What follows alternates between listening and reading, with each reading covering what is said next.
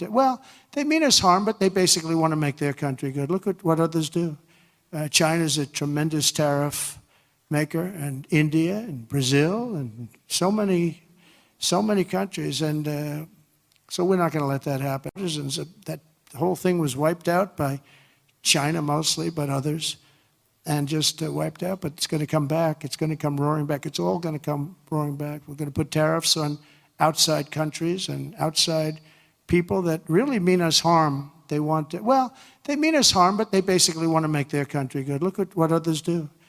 China's a tremendous tariff maker, and India and Brazil and so many countries. And so we're not going to let that happen any longer, because we're going to put America first. Always put America first. That's what's going to happen.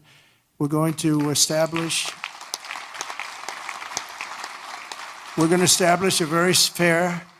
a very fair system where money is going to come into our coffers, and America is going to be very rich again, and it's going to happen. It's time for the United States to return to the system that made us richer and more powerful than ever before.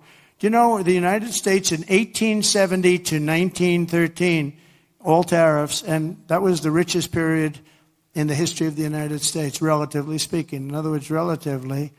And they set up the Great Tariff Commission of 1887, and this commission had one function: what to do with all the money that we took in. It was so enormous that they had no idea. It was a blue ribbon committee. It was set up 1887, and what to do with all of the money that we had. And again, Teddy Roosevelt was a beneficiary, because when McKinley was killed, he took over this vast sum of money, and he did all of those national parks and all of the other things. And I'm not knocking him, but he was given a vast amount of money, and that was all made through tariffs. We had no income tax. The income tax came in 1913.